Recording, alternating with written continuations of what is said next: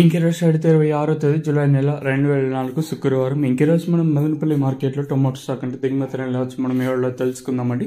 నేనుతో పోల్చుకుని దిగుమతి తగ్గిందా లేదా పెరిగిందా వేటాన్ని ఎవరిలో తెలుసుకుందామండి. తెలుసుకునే ముందు ఇంకా ఛానల్ సబ్స్క్రైబ్ చేసుకోలేదా? ఇంకెందుకు ఆలస్యం, ప్లీజ్ లైక్ ప్రెస్ సబ్స్క్రైబ్ చేసుకోండి. ఇంకా నేను ఎక్స్పెక్ట్ చేసేది కేవలం ఒక లైక్ ఒక సబ్స్క్రైబ్ మాత్రమే.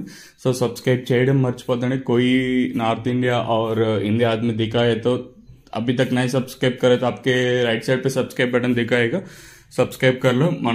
మన వాళ్ళు ఎవరైనా చూసినట్టు ఇంకా సబ్స్క్రైబ్ చేయకుండా చూసినట్టు వెంటనే సబ్స్క్రైబ్ చేసుకోండి. ఇంకా విషయానికి వస్తే తెలిసిందే కదా, మదనపల్లి మార్కెట్లో సుమారుగా 29, 38, 32, 33 అయితే ఉన్నాయి. ఇంకా దిగుమతుల గురించి మాట్లాడుకోవాల్సి వస్తే మనం ముందుగా టీవీఎస్ మండి లైన్ మాట్లాడుకుంటే పెద్దగా మార్పు అయితే లేదు. సేమ్ నెన్నో షెడ్లు ఇక్కడ కూడా, అలాగే జీపీఆర్, ఎంఆర్ఎం, భాగ్యలక్ష్మి, అలాగే ఎస్జిఎస్ ఈ లైన్ చూసుకున్నా కూడా పెద్దగా మార్పు అయితే లేదు. సేమ్ నెన్నో షెడ్లు వచ్చింది.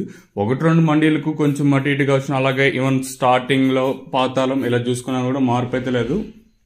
ఇంచుమించు సేమ్ నెన్నో షెడ్లు ప్రస్తుతానికి అయితే దిగుమతులు అయితే ఉన్నాయి.